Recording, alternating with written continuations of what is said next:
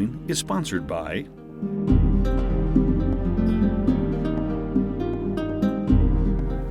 Hello, everyone, and welcome back to the Sedona International Film Festival. I'm your host, Carol Kahn, and we are coming to you live from the Sedona Rouge Hotel and talking with one filmmaker and one actress of the film Doc, Renee and Dave. Welcome. Thank you very much. Thank you so much for having us. Thank you. So tell us a little bit about your film. So the film's about a female medic. Just came back from combat. She's homeless. She's struggling with PTSD. She's addicted to pills, and she's trying to work her way through her own emotions. And the story starts where she starts taking her first steps towards recovery with going to see a psychologist, trying to get off the pills, and a fellow veteran gives her a dog, which kind of helps her take her first steps towards recovery. And where did the inspiration from this particular film come from? Well, I was a combat medic in the Army for about 7 years, and a lot of the stuff that happens to the female in the story actually happened to me. And I used a lot of my own experience and a lot of the stories I heard from other fellow medics to create the most dramatic story I could. So I really wanted to tell a story not just about the war, but about what happens when you're home and what these veterans go through and how hard it is. And then on top of that, I wanted to show that females are in combat too, and they do a lot of great things. So did you draw, you said inspiration from yourself, but Yes. You changed the character to a female character versus... Well, to me, a female going through PTSD is just stories that isn't told. And I thought that it was a very important story to tell, and then on top of that, a little bit more interesting. Telling a story about a male combat medic, you're like, okay, we've heard that one before. But a female combat medic, it's a little bit more interesting, a little bit more with the times of what's going on right now. And where were you actually stationed? I was stationed in a couple places, Fort Stewart, Georgia, and that's where I deployed from. And then I was also stationed at White Sands Missile Range in New Mexico. And that's why I'm currently making film in New Mexico.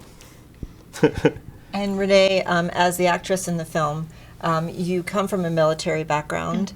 So how did you learn this role? How important is this role to you?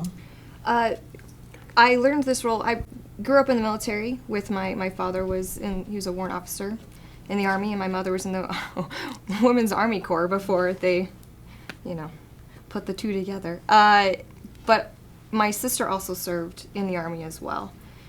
So my whole life I've been surrounded by the military, and I have seen some of the effects of PTSD, and it's different in every single person.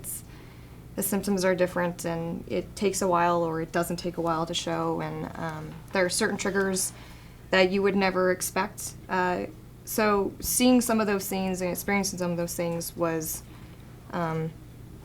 it was a challenge to bring to set at times, because you want to do justice to it and bring the truth of the issue to light. And it was a really challenging film, and it was fun to do at the same time, but most of the time I was just like, I just hope I'm doing this right, and you just want to make it the best you can for people. I enjoyed it. It was really tough, though. It was really hard to watch. We just watched it, actually, and there was 2 films right afterwards that had some of the same issues in it, and so I'm a mess, just drained of energy, but it was beautiful. Well, I think it's got to be hard, because you have to get into the role, and you haven't experienced firsthand, but, Right. And coaching her through this, and then actually trying to get out of that role into normalcy. How difficult was that transition? I didn't think it was that complicated until I watched it. It's only the second time I've seen it. I don't usually like to watch my work unless I need to. It's not my job anymore. So it kind of came back to me, and I was like, oh my gosh, this is something that I did this, and people have actually experienced this, and it's kind of rough, actually. But you're brought back out to the world because you are not really experiencing it. You are not really in that situation. You have not really gone through it. So it's obviously something that I can come back to being normalcy, where there are people who have actually experienced it who do not, which I think is the truth of the issue. Right. And Dave, how hard was it for you to make the transition? Because we hear all the time that coming, back into, just everyday life is so difficult. How hard was it for you? Yes, when I got back from my war experience, the transition was, it took a few years to actually get through it.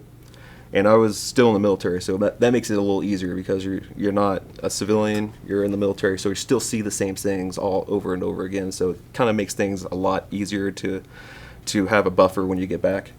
So after I got back, it was about 4 years, and then I finally got out of the military, and that's when it started hitting me. The transition from military life to civilian life is a lot harder than the transition from coming to war back into the military. So it took a good 6 months to a year for me to kind of really adjust. And with the help of, psychologists and friends and a good support system, I was able to heal as much as you can heal. And currently I'm doing very well, and I really love what I do. And filmmaking, come on guys, filmmaking is amazing. So it's just one of the greatest things in the world.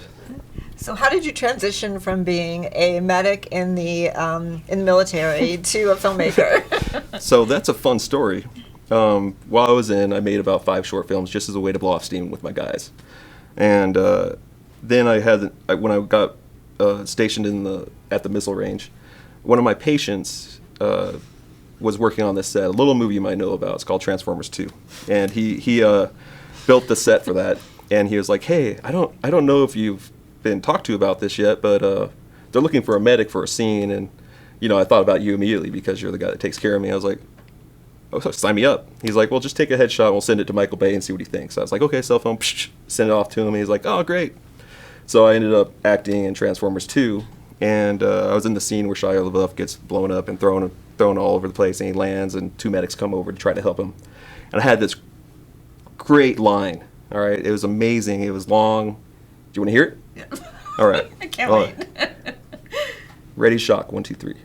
It's amazing, right? Ready to shock. 1, 2, 3. Dear Lord. It was so hard.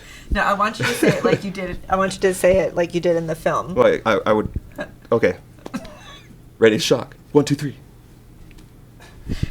Applaud. Thank you. I know. It's been a while It's since been a he's while. done it, so Yeah. give him a a little I don't have applauding. someone in front of me. I don't have Great. bullets flying all over the Yeah, place. yeah. So a little different right now.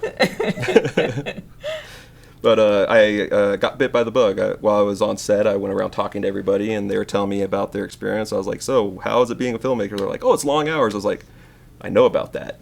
And they're like, it's a lot of hard work. See the uniform? I know all about that. And they're like, well, that's pretty much it. And I was like, you know what's the difference is between what I do and what you do? And they're like, what's that? And I was like, see everybody smiling? I'm smiling right now. I'm having a great time. I don't smile this much with the job I do currently. So so that's when I decided, hey, I'm going to get out of the military and do this. I know I can do this. So Do you feel like this has been just the thing you needed to help you through all the trauma that you went through? absolutely. I mean, going from military lifestyle to an artist lifestyle, being creative, it really is cathartic in the fact that you're able to work through your emotions, because you're not only working through your own emotions, you're creating stories with characters that have those emotions. So you're able to put yourself into them and see how they go through things, which helps you. It's like you're watching yourself from afar, and you're able to make adjustments from there. So it's a wonderful way to do it. And I also think it's interesting incorporating animals as a healing mythology, because there's been other stories where people from the military have gone to like an Indian reservation and worked with horses, and that has been very therapeutic for them. So Yes. have you really found that to be the same? Oh, yeah, absolutely. Having an animal who's there for you, a constant companion, someone who you can trust and love, and they love you the same and trust you the same. That right there is so vital to bridging the gap between your disorder and healing. Just having that emotional stabilization just is wonderful, and it's very helpful. Do you ever feel, in dealing with yourself and also dealing with friends, that there is that point that you've passed it, or does it always sneak in some form or fashion? As we know, all we are is our history, and we look forward. We try not to stay in the past, and you try to look forward, and you try to stay within what you're doing right now. However, yes, it does creep up. Those little things and emotions and things I learned on how to survive and how to go through life, they do come through. And it doesn't happen all the time, but there will be something that just kind of happens that makes it so all of a sudden it appears out of nowhere. And because I've learned how to deal with it, I'm able to get through that now. It's kind of the way I kind of tell everybody. It's kind of like going through high school when you're learning how to deal with all these new emotions, and you're learning how to do it right then. It's exactly the same thing. You just kind of have to figure it out for yourself and know how to work through things that you feel things differently. So now I need to know who I am now, not who I was then. And your film just showed at the Sedona International Film Festival. Is this the first film festival that you've been to? Yes, this is the premiere, definitely. And this film festival, guys, is amazing. Oh my gosh, it is very wonderful. You have done a wonderful job. Oh wow. And I actually am the artistic director for the Las Cruces International Film Festival. I've been taking notes on what to do for my festival. So tell me then about the audience reaction to your film. Oh wow. When we got up to do the Q&A, I saw a few teary eyes, and everybody was very quiet. It was a lot of heavy subject matter, very raw. A lot of stuff happens, a lot of war scenes, a lot of action, and I didn't hold back. I made sure that everything was as real as possible, and I think they appreciated that. But I also think that it makes them think about how bad it really is, because that's the one thing you don't know unless you've actually been there. You don't know how crazy and destructive it really is, and I tried to capture that a little bit. You can't capture it perfectly, but I tried to get a little bit.